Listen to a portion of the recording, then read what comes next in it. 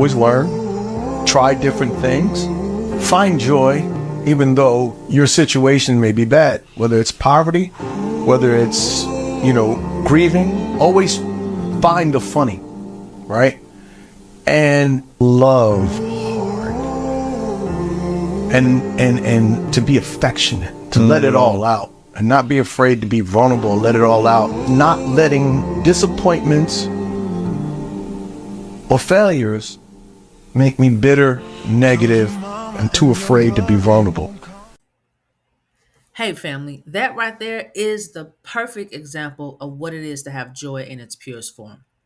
Not the loud kind, not the curated for social media kind, but the kind that whispers, I'm still here.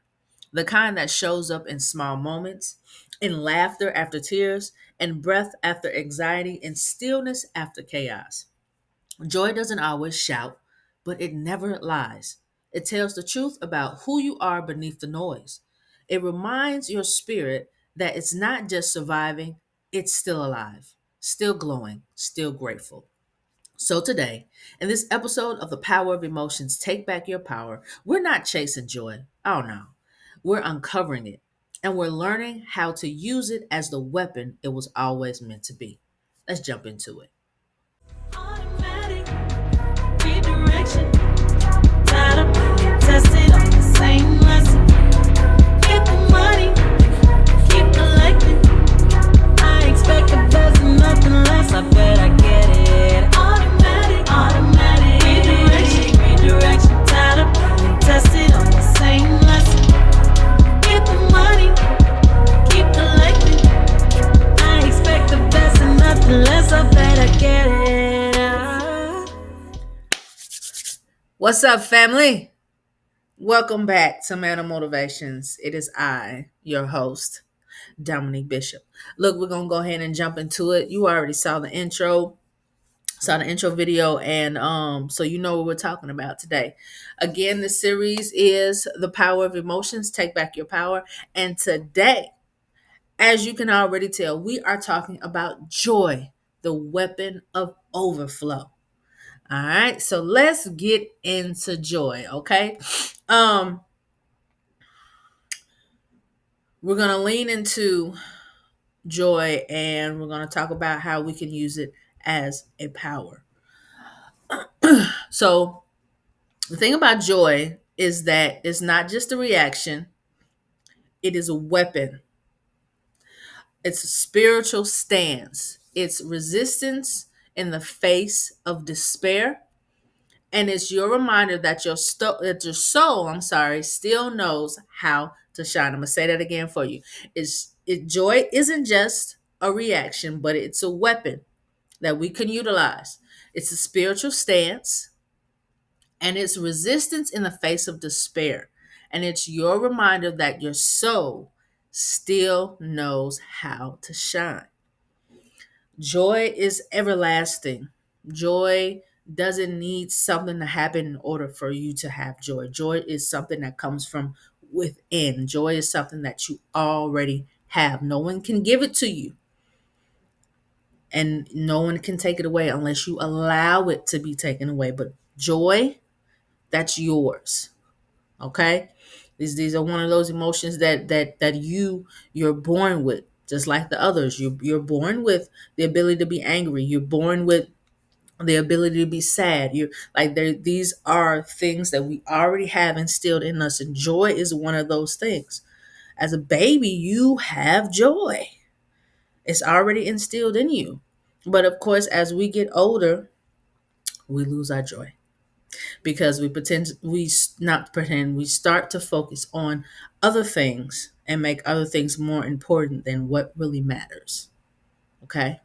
So, let's work on in this episode finding our joy so we can utilize it as a weapon in times of despair. Okay? So let's get into this and let's talk about what are the roots for joy is alignment, connection, gratitude, presence, and fulfillment. I think those are kind of self-explanatory, but going to it. So alignment is aligning ourselves, right, with a higher power, aligning ourselves. I will say God, that's my higher power, right? Um, Aligning yourselves with God and making sure everything is in check. You can receive joy, more joy from God than what you already have, especially when you're in those desperate times where you can't quite find joy. You can get the strength of joy from God.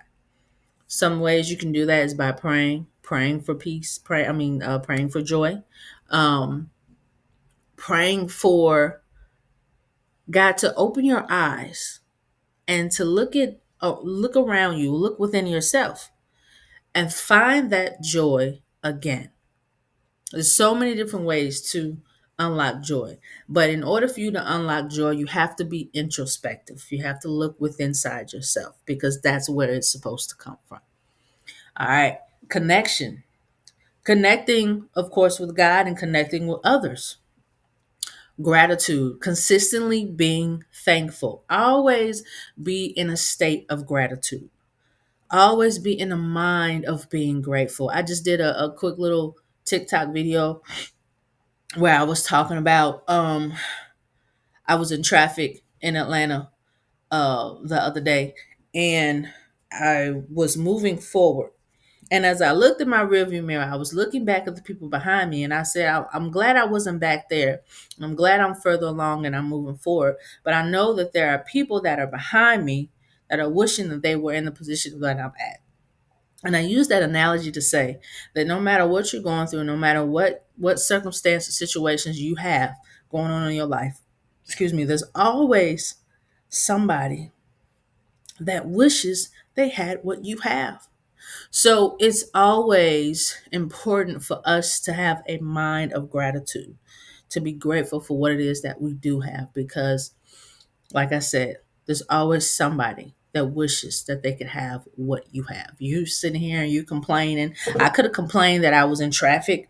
I could have complained, oh my God, it's taking me forever to get home. But why complain when I'm closer to home than I was 20 minutes ago or 5 minutes ago?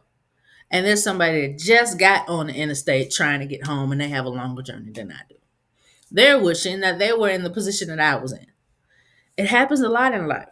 And I think sometimes with that, we get caught up in what other people are doing and what other people have going on in their life. And we forget to count our own blessings. Okay. Um, See, gratitude, alignment, connection, gratitude, presence. Presence is everything. How can I put this? PMA, positive mental attitude, is also a part of presence. What do you exude when you are out? What is what type of energy are you giving out? The energy that you should be giving out. If you already have a attitude or a mindset of gratefulness, of gratitude, and you have a connection with God and you have your alignment together, you should be able to have a presence of joy. People should want to be around you because you have that joy. Have you ever been in the presence of somebody you just can't, you like, I can't do it. Like they just too much. Like that. Have you ever been around somebody that's negative like all the time? No matter what the situation is, we can be in the best of situations, having an amazing time, and they're going to find something to complain about. Or they're going to find something wrong with the situation. And it's like, come on, Debbie Downer. Jeez. Could you take that somewhere else? Don't be that person. And if you are that person, I'm praying for you. Okay. I've never been a Debbie Downer. I've always been optimistic. And I think that's because of the joy that I have in my life. It's because of the things that I hold and important and that I remember was actually truly important in life. It's not necessarily about things, but it's about connections. It's about alignment. It's about keeping me together, making sure I'm good, right? It's about making sure my mental health is good. It's about making sure my body, my physical is good. It's about making sure my spiritual is good, right? Those things to me are far more important than making money a god or making possessions a god, right? So that's what we need to focus on. The important things, the connections, the alignment, getting yourself together, finding that inner joy. And then, of course, fulfillment. What does fulfillment look like to you? To me, fulfillment looks like being in a safe space, having eternal joy, always remembering what it is to be grateful for, what having gratitude, having a mindset of gratitude continually, even when I'm going through hard times and times of despair, still having a mindset of gratitude and being grateful, because there's always something that you can be grateful for. That's what I need y'all to understand. There was always something you can be grateful for. Everything could be taken away from you. Look at Job. Look at Job. If you're not familiar with Job, he's so important. He got his own book. Go to the Bible and read Job. Look at his story. Everything was taken away from him. Everything he had. And he was even inflicted, and I mean, to the point where his people, his own wife was like, turn away from God. But yet and still, he stood by his belief in God. And he stood by that no matter what happened to him or to his property or to his livestock, that he was still grateful to be able to be used by God. Job is a true testimony of going through test and coming out with a testimony. If you haven't read Job, you got to read Job, because that man went through a lot. And yet and still, he found joy in the time of despair. That's why I'm talking about having joy as a weapon, because he had joy as a weapon, and that is what kept him together. All right, so the feelings related with joy, of course, happiness, excitement, peace, bliss, and contentment. Your power frame is that joy is your inner declaration that life hasn't taken you out. Think about Job. It's proof that something within you is still alive, still grateful. What we just said, having a mindset of gratitude and still choosing light. It's not just a feeling, it's a form of strength. Use your joy as a weapon. Use it as a weapon. Because using that as a weapon, you need to have joy in your arsenal inside. It got to come from inside. The scriptures that I want you to reflect on for joy. The first one is going to be Nehemiah chapter 8, verse 10, that says, "The joy of the Lord is your strength." Understanding that joy is not fragile at all. Joy is fortified. Okay? It's not fleeting. And we're gonna, in a few minutes, we're gonna talk about the difference between happiness and joy, because sometimes people get the two intermingled and they are two separate things. People don't understand that there is actually a difference between being happy and being joyful or having joy.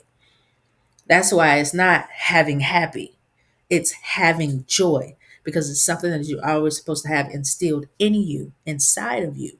Joy comes from, and when you have something, you hold something. It's yours. Joy is yours. I don't have happy, I have joy. I can get happy, right? I can get happy, but yet I have joy. Two totally different things. So, the thing about joy is that it sustains you during the hard seasons. Okay. The second scripture is St. John chapter 15, verse 11. I have told you this so that my joy may be in you and that your joy may be complete. St. John 15:11. I have told you this so that my joy may be in you and that your joy may be complete. Joy is not just given, it's meant to overflow. So, again, we said you have joy, right? You don't get joy, you have joy. But the thing about joy, and this is what we were talking about earlier as far as presence, when you have joy and um you live in that, you live in that joyful space, using it as a weapon and using it as a way of life, having a mindset of gratitude, that is something that can overflow to other people. We talked about presence earlier. I love being around other people who I call them lights. I love being around other people who are just joyous. I mean, not just happy because of a circumstance, but they're always in a good mental space, and they're always going to find something positive out of a situation. And they even encourage me. I love being around people like that. I love being around people that they can pour into me and I can pour into them as well. It's a reciprocal situation. Right. So again, it's meant to come from the overflow. One thing that I've learned over time is that, we always say, don't give from an empty cup. Don't give from an empty cup. You got to fill your cup up. The thing about it is that you're not supposed to be giving from your cup anyway. So if you're giving from an empty cup, it's mean you've been giving the wrong way from the beginning. The thing about it is your cup is supposed to stay full. And what you give from your overflow. Your cup stays full, but that you give out, that joy, that peace, that love, right? Whatever it is, people are supposed to receive that from your overflow, not from your actual cup. Your cup is for you. So the Bible says, my cup runneth over. And that is where we need to be. Our cup needs to be continually run over. If our cup stops overflowing, that's when we need to cut it. That's when we need to cut it, right? Because we need to be giving from our overflow, not actually from our cup. Our cup is for us.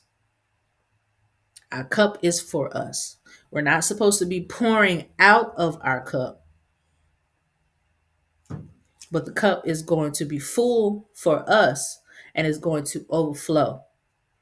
And we give from our overflow.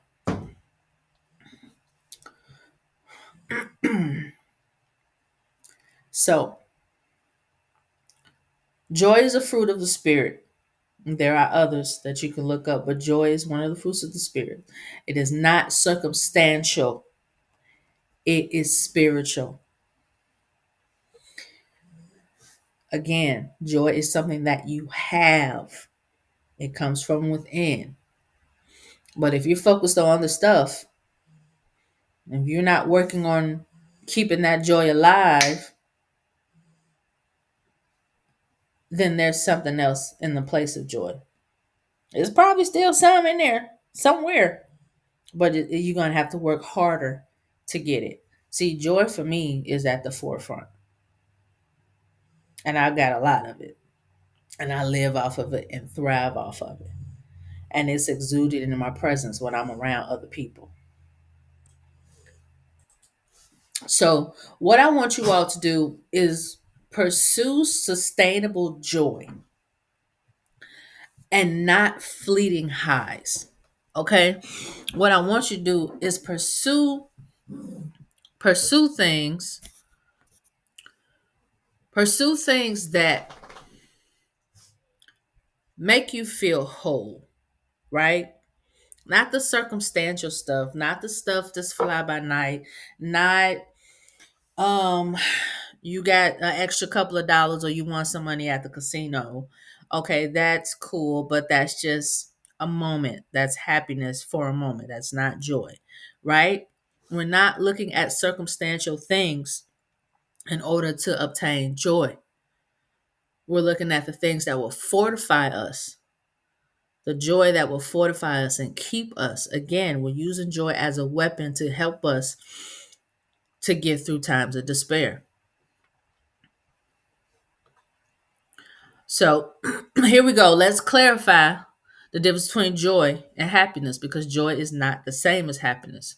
Happiness is often based on circumstances, things that happen to you. That's why I love the Kirk Franklin song Smile. When he says, I think he said in the beginning of the song,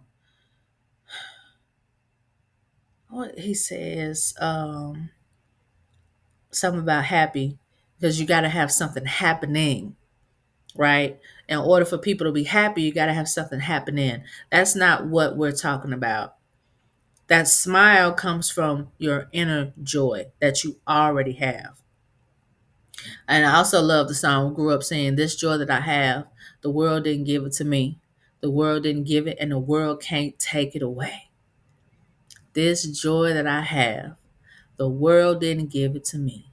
The world didn't give it, and the world can't take it away. So this is not happiness. This is joy. Happiness is circumstantial. Circumstantial. You need to have something happening in order for you to be happy. But joy is that thing that's fortified. So again, happy is circumstantial, it's emotional, it's momentary, and usually triggered by something external, right? A gift, a compliment, or a fun experience. Joy, again, is in its purest form, is internal and spiritual. It's rooted in connection, alignment, and the deep assurance that even in chaos, your soul is anchored. There's no moving. You good. Think about it when you're on a boat. Been on a few boats myself. Think about even when you're on those big cruise ships. When you go into the port, they put the anchor down so the ship won't be able to float away. Put that anchor down. Your joy is your anchor. So, what are some physical ways of showing joy? Right? Because joy is peace wearing a smile. I love that. Joy is peace wearing a smile. It's the soul's quiet celebration of life, even in the face of loss. So, physically, joy brings lightness in the chest, relax the muscles, smiling, and laughter. I learned this when I was a kid that it takes actually more muscles to frown than it does to smile. So it takes about approximately, don't quote me on this, but it takes about 50 muscles to frown and about 13 muscles to smile. So which one would you rather do? Which one seems like more work? Frowning or smiling? So let's smile more, right? Um, so again, joy is peace wearing a smile. It's the soul's quiet celebration of life, even in the face of loss. Physically, we said the joy brings lightness in the chest, right? You feel lighter. You don't feel so weighed down. Your muscles are relaxed, and of course, smiling and laughter. Neurologically, it's linked to dopamine and serotonin release. Now, I'm going to talk about dopamine real quick because um, we need to be careful because especially with social media, dopamine, we get those shots of dopamine from gratification as well, right?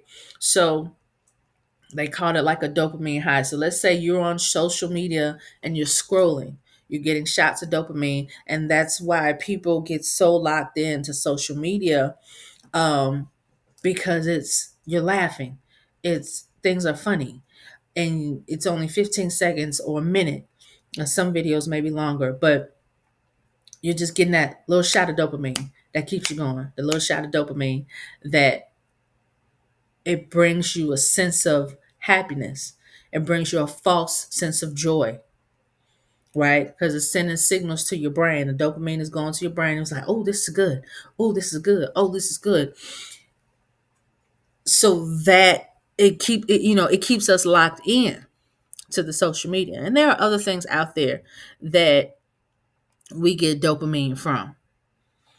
And we need to be careful with how we get our dopamine.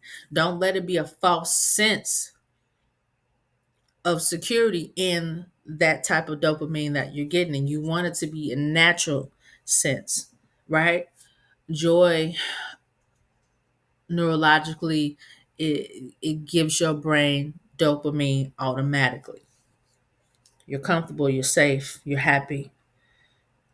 This is the joy that you want.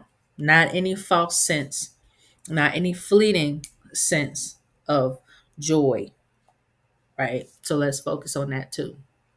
Spiritually, joy is a state of divine alignment and a soul overflow. We talked about that. Joy renews strength, builds resilience, and attracts gratitude. The quote for this is that joy is what happens when the soul remembers it's still free. Man, that's good. Joy is what happens when the soul remembers it's still free. Let's think about that for a second. So, you have joy in your life, even in times of despair, right? You're in a bad situation. It's not the best, but you still have that mindset of gratitude.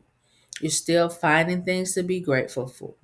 You still have the joy that comes from inside. That's your weapon against despair. That's going to keep you moving forward. And because you're able to still move forward, even though it may hurt, because again, it's okay to experience different emotions. We are human beings. This is how we were made. This is how we're wired. Things are going to happen to us that are going to cause us to be sad. Things are going to happen to us that are going to cause us to be angry. Things are going to happen to us that are going to cause us to feel shame, right? Things are going to happen to us, or we're going to do things that cause us to put ourselves in those situations where we feel those emotions. But even with all of that, that core emotion of joy is what's going to keep you going. It's what's going to keep you moving forward. And that is why it's a way of your soul remembering that it's still free, because you're not allowing yourself to be bound by your circumstances or situations. Hold on to that.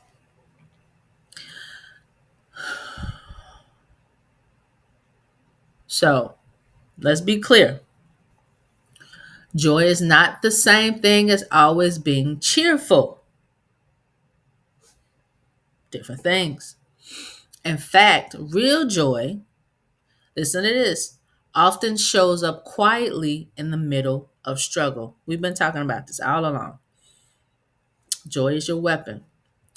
It's not always loud and it's not always performative, but deep and sustaining. Joy is a fortified presence. It's that part of that foundation.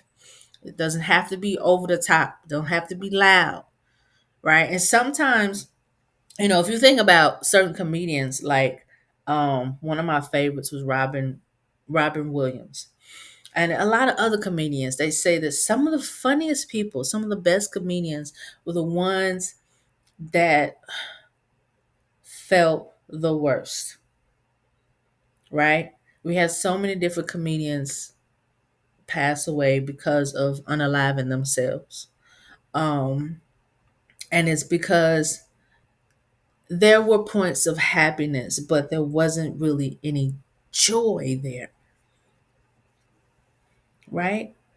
We can make everybody else laugh. We can tell these jokes. But as soon as we get off stage, deep down inside, I feel like there's something missing. I don't feel whole. What is going on? Okay. So,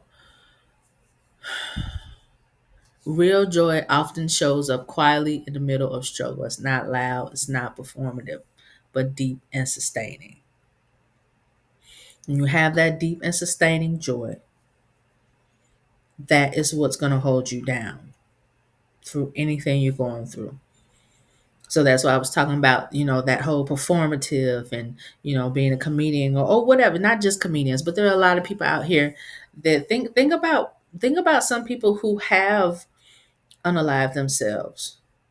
You know, there are some signs that they say that happen before they might actually go through the situation, or they might start giving away their personal belongings or things that they treasure. Sometimes there's a note involved. Um, but some of the happiest people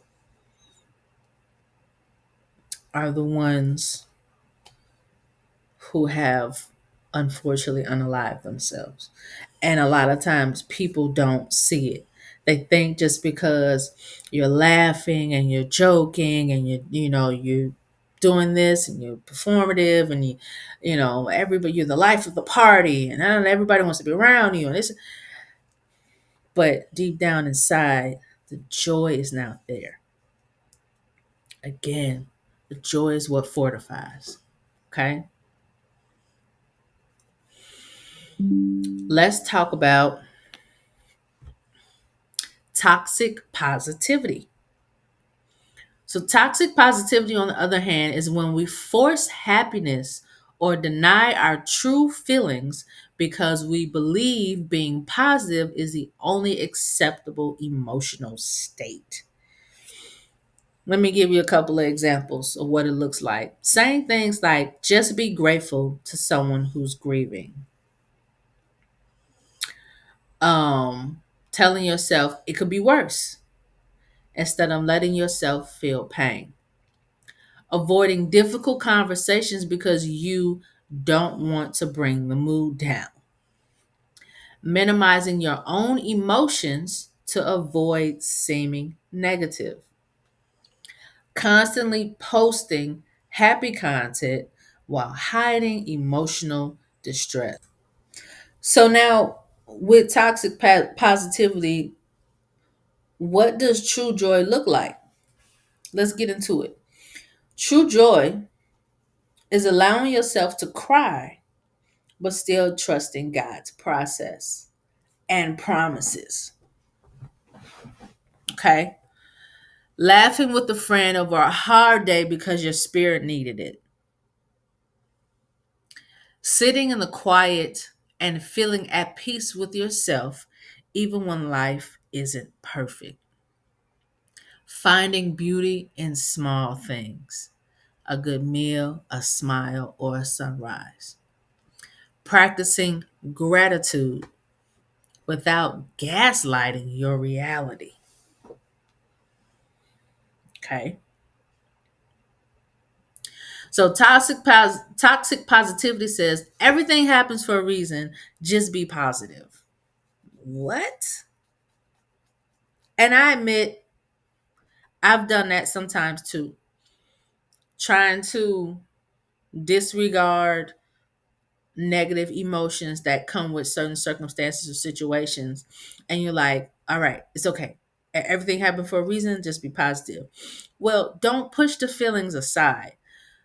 Process those feelings. Why am I upset? Why am I angry? Why do I feel ashamed? Why, yes, things aren't coincidental. Yes, everything happens for a reason. But at the same time, why did this happen?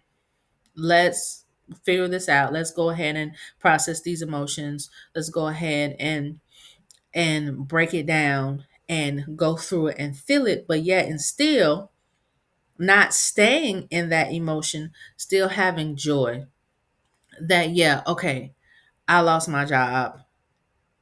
but I'm still alive. Yeah, I lost my job, but I'm going to be okay. Yeah, I'm going to be upset and angry for a minute that the job was lost, but I wake up the next morning, Lord, I thank you for waking me up, even with me feeling how I'm feeling right now. Thank you, God. So, toxic positivity is pushing aside those negative emotions just to try to stay positive. And like I said, I'm guilty of doing that sometimes. But we got to stop doing that. Deal with those emotions. Deal with those, and I'm not going to say negative emotions because, like I said before, we have these emotions for a reason. They were instilled in us. This is how we're wired. So we're going to feel a certain type of way about things that happen to us or that things we get involved in. That's okay. Process these emotions, right? Let's process these emotions, work through them, but yet and still find the gratitude in everything that we're going through. There's always something to be grateful for. Remember what I said earlier, that no matter what you're going through, no matter what your circumstances, there's always somebody else wishing that they had what you had. Okay?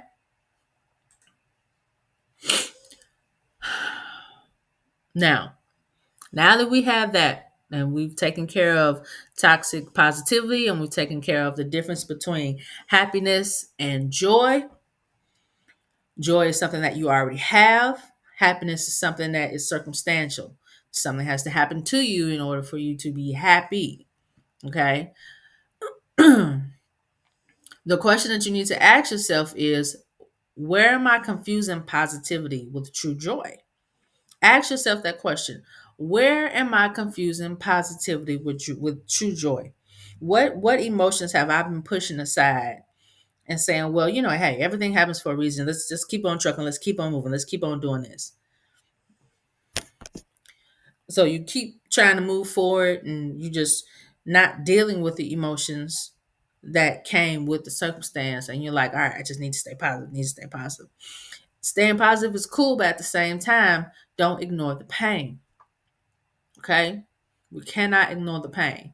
So what toxic positivity looks like is, again, ignoring the pain to stay positive, shaming people for expressing sadness or anger. I don't understand why we do that. When people are sad, let them be sad. When people are angry, let them be angry. It sometimes you just got to let people be. Because again, people need to process, and everybody don't process the same. Some people don't stay angry long. Some people stay angry for days. Some people don't stay sad for long. Some people stay sad for days.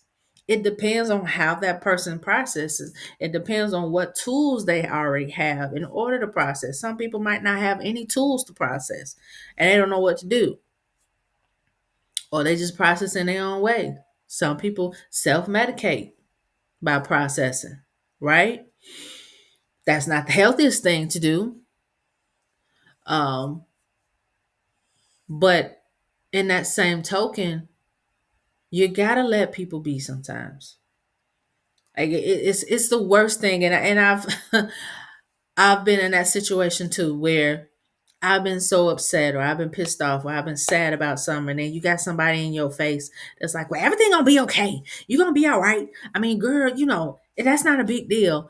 No, it's not a big deal to you, but it's a big deal to me. And I'm feeling I'm feeling some type of way about it. So let me be. Let me be angry for a minute. Let me have my moment. If I need to cry, let me cry. Please. Let me get this out. Let me process this. And once I finish processing this, then I can go back and, you know what? Yeah, I was upset. Yeah, I was sad. Yeah, I was angry. But Lord, I thank you for allowing me to be able to have the money to take care of that situation. Oh Lord, I thank you for putting me in a position to where I was able to do the things that I needed to do.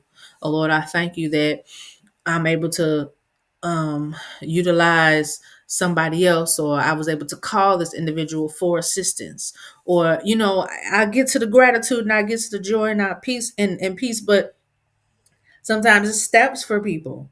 It's not instant. So let people process. Let people go through what it is they need to go through. Another thing about toxic positivity, masking trauma with fake smiles. It's a lot of masking going on out here. People will literally wake up in the morning and put their face on and then go out into the world and say, okay, this is what I'm going to present to the world when I really feel like this. Right? So they wake up in the morning, they get ready for work, and by the time they go out the door, they put their mask on. They may be feeling like this, but by the time they walk out the door, they're like this. Hey, everybody, good morning. How you doing? Hey, what's going on? How you doing? Look, man, stop masking. How you feel is how you feel. How you feel is how you feel. The thing that I just want people to understand is don't sit in that. Process. It's okay. Go through what emotions you need to go through, but don't sit in that.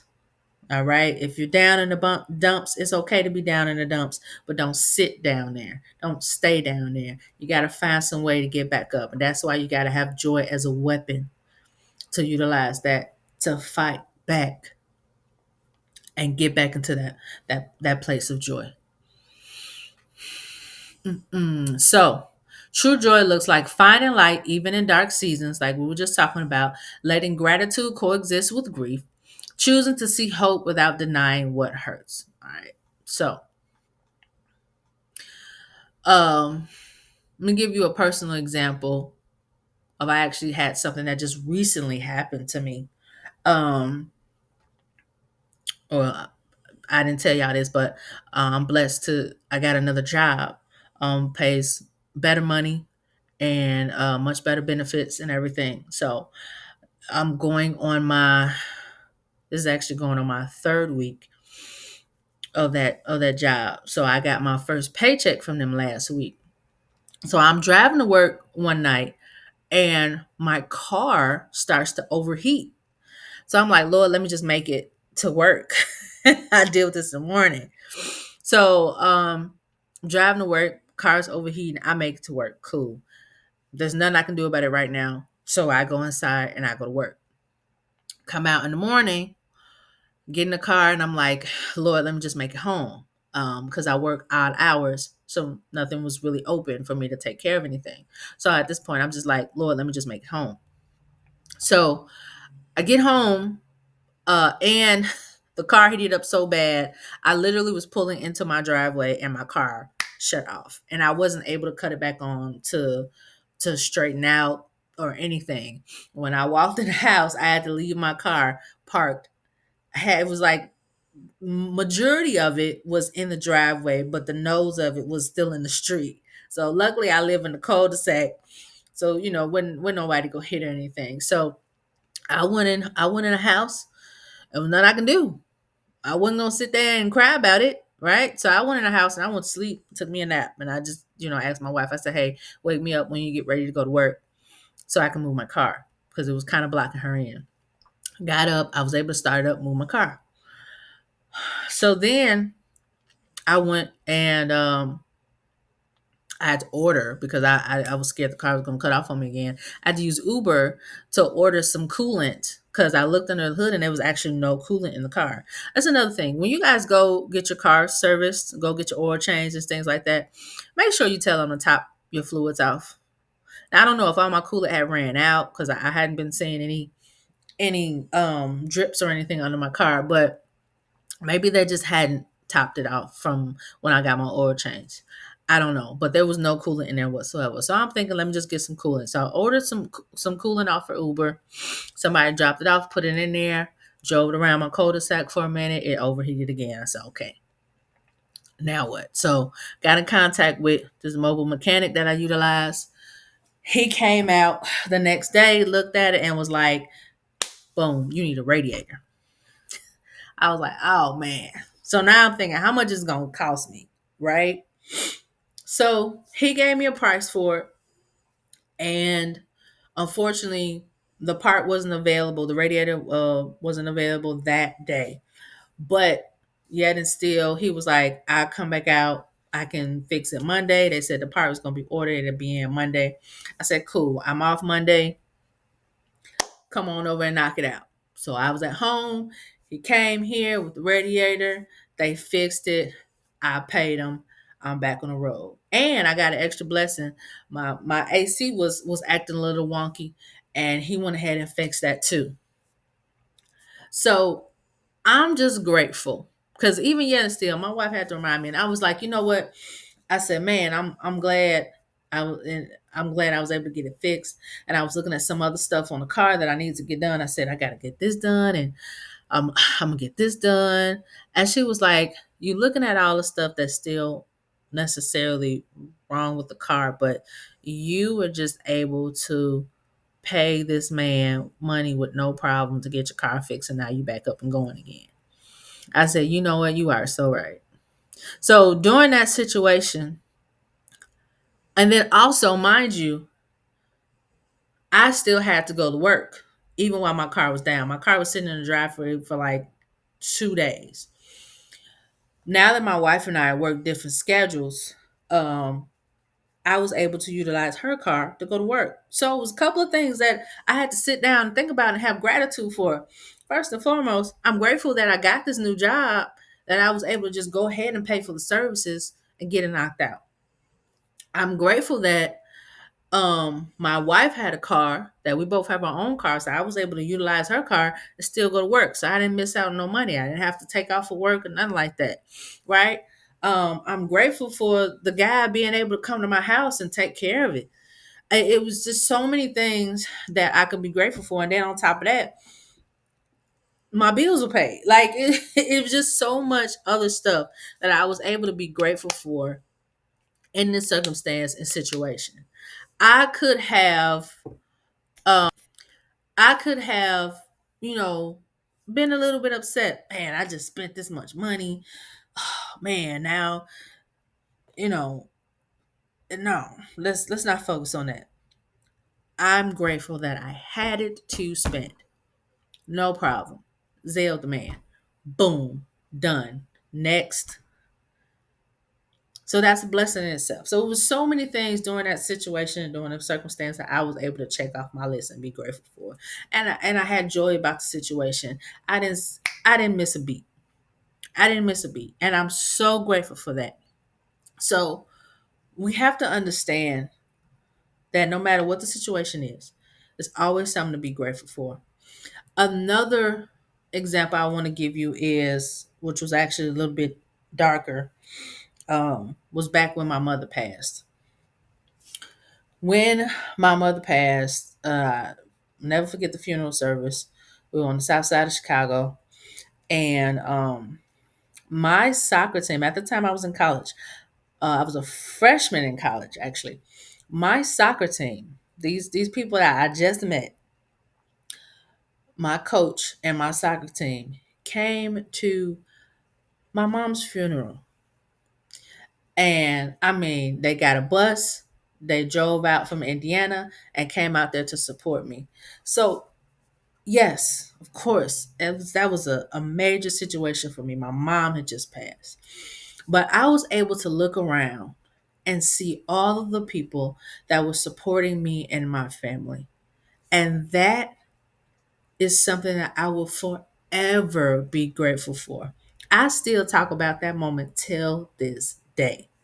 And it made an impression on my grandmother as well. She was like, who are all these people? And I'm looking, I was like, that's my coach. Oh my God, like that's my soccer team. Like they came and supported me and my family during that time, during a very dark time for me. And even when I was ready to go back to school, they still supported me. The coach still supported me. Everybody was just so loving and so welcoming and so open and just were there for me. And I was so grateful for that. And I truly feel that if I had not had that, it would have been a far worst situation for me. But I'm so grateful for them, and I'm so grateful for everyone else that was there to support me and my family in that time. So even with that, I was still able to have some joy because you got to get this. I had a mindset of gratitude. Now I know it's not like that for everybody, but I had a mindset of gratitude. Even with the crying, even with the feeling bad, even with missing my mother, I was able to look up at my coach and able to look at my team members and look at all of the other people that were out there that were there to support me and my family.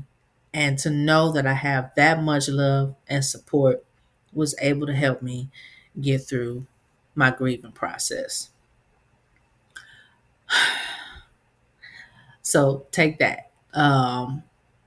Having joy.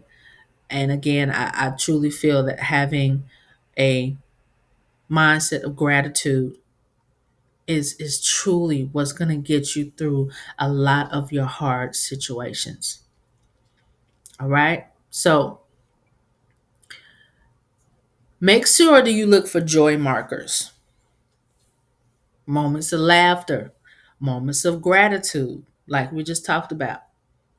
So always, we're going to have an affirmation and a challenge. So this week's challenge is I want you all to create a joy list. Don't have to be a long list. If you want it to be, it's up to you. But I want you to list 5 things that bring you genuine joy. It could be you looking at your dog and they smiling at you. It could be the sunset or the sunrise, whatever it is, things that bring you pure, genuine joy. And if it's an action, if you love playing basketball, if that brings you pure joy, whatever it might be, if you love going to the movies, if that's something that brings you joy, do one of those things this week, right? Have yourself, actually, how about this? Have yourself a joy day and do things that bring you joy. I'm not talking about being happy. I'm talking about things that truly bring you joy and that fulfill you. Again, meditate on the scriptures that we talked about. And your first scripture was Nehemiah 8 and 10. The joy of the Lord is your strength. And St. John 15:11. I have told you this so that my joy may be in you and that your joy may be complete. And your affirmation, of course, you know we're going to say it 3 times. Joy is my inheritance. I choose it. I protect it. I overflow with it. I am grounded in strength and guided by light. Second time, joy is my inheritance. I choose it. I protect it. I overflow with it. I am grounded in strength and guided by light. Joy is my inheritance. I choose it. I protect it. I overflow with it. I am grounded in strength and guided by light. Hey, look, family, I love y'all as always. That's why I do what I do. So I want you to remember to be grounded in joy. Use joy as your weapon in your times of despair. Fly high on the wings of joy when needed. And utilize joy to help you get out of your emotional ruts. All right? Don't just wait for joy, cultivate it. If you feel yourself going through some of your, if you're in an emotional rut, I want you to go back and look at that joy list that I just had you make. Look at that joy list or do something that brings you joy. Okay? So this week we're going to focus on joy. And once we get this in our system, something you're going to do for a lifetime. I know we're going over different emotions week by week, but I want these practices to be part of your everyday lifestyle. Let's do that, shall we? All right, y'all. I'm going to get out of here. This joy that I have, The world didn't give it to me, and the world didn't give it, and the world can't take it away. As always, you know your crown may be tilted, but never ever let it fall. Peace and love.